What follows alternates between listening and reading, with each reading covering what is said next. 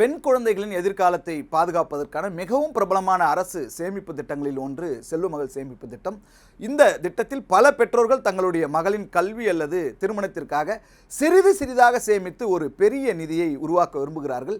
இத்தகைய சூழலில் செல்வமகள் சேமிப்பு திட்டத்தில் மாதந்தோறும் வெறும் 500 ரூபாயை மட்டும் முதலீடு செய்தால் முதிர்வு காலத்தின் போது எவ்வளவு தொகை கிடைக்கும் என்கிற கேள்வி இயல்பாகவே எழுகிறது. இது பற்றி விரிவாக நாம் பார்க்கலாம். செல்வமகள் சேமிப்பு திட்டம் என்றால் என்ன? செல்வமகள் சேமிப்பு திட்டம் என்பது பெண் குழந்தைகளுக்காகவே மத்திய அரசால் தொடங்கப்பட்ட ஒரு மிகச்சிறந்த சிறு சேமிப்பு திட்டம். தற்போது இந்த திட்டம் ஆண்டுக்கு 8.2% வட்டி விகிதத்தை வழங்குகிறது. இந்த வட்டி விகிதத்தை அரசு அவ்வப்போது மாற்றி அமைக்கும் என்பதும் குறிப்பிடத்தக்கது.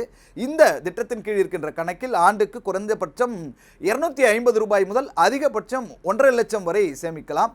பெண் குழந்தைக்கு 10 வயது பூர்த்தியாவதற்கு முன்பாகவே இந்த கணக்கை தொடங்க வேண்டும் என்பது குறிப்பிடத்தக்கது. ஒரு பெற்றோர் மாதம் 500 ரூபாய் செலுத்தினால் ஓராண்டிற்கான மொத்த முதலீடு 6000 ரூபாயாக இருக்கும். சுகன்யா சம்ருதி யோஜனாவில் மொத்தம் 15 ஆண்டுகளுக்கு தொகையை செலுத்த வேண்டும். இந்த கணக்கு 21 ஆண்டுகளில் முதிர்ச்சி அடையும். மாதம் 500 ரூபாய் சேமித்து வந்தால் 21 ஆண்டுகள் முடிவில் முதிர்வு காலத்தின் போது சுமார் 2,80,000 முதல் 3 லட்சம் ரூபாய் வரையிலான நிதியை உருவாக்க முடியும். இதில் பெரும்பகுதி வட்டி மூலமாகவே கிடைக்கிறது.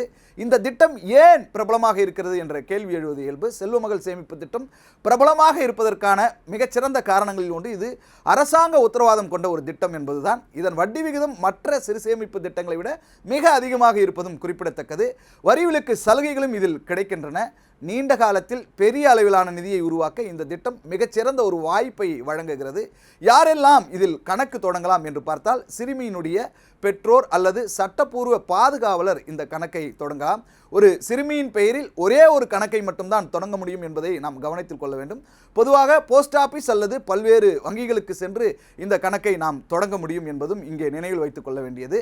சிறிய சேமிப்புகள் கூட ஒரு பெரிய நிதியை உருவாக்க முடியும்.